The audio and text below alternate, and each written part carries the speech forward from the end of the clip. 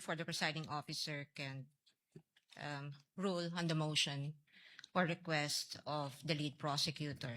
But before I give my comment, may I just clarify if the lead prosecutor is now making a motion to arraign the respondent accused.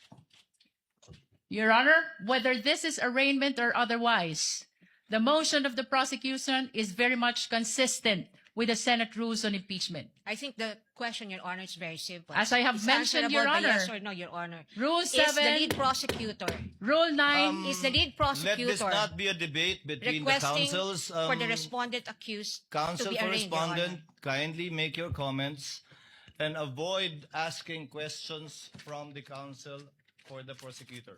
We will recognize the counsel for respondent for comments on the motion and the manifestations made by the lead prosecutor for the House. You may proceed, ma'am. Thank you, Your Honor. I believe I have a standing question to the lead prosecutor, and I would like to ask her for the legal basis for requiring the respondent to be arraigned today.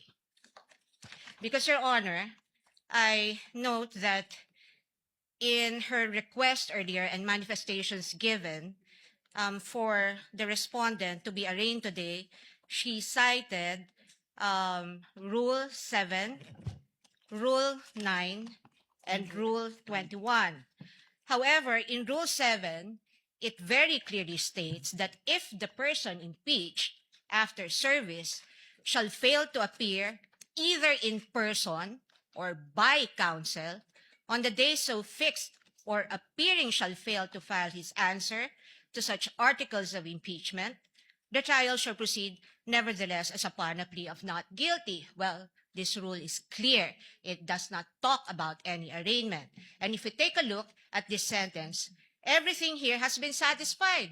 The respondent accused is here, has attended through counsel. She may not be in person, but the notice given to the defense is that she may appear through counsel. Second thing is that the respondent accused was also able to file her answer. And so Rule 7 does not support the request of the lead prosecutor that the respondent accused be arraigned today. Now, on the matter of Article 9, counsel also say that the person impeached shall then be called to appear and answer the articles of impeachment against him or her.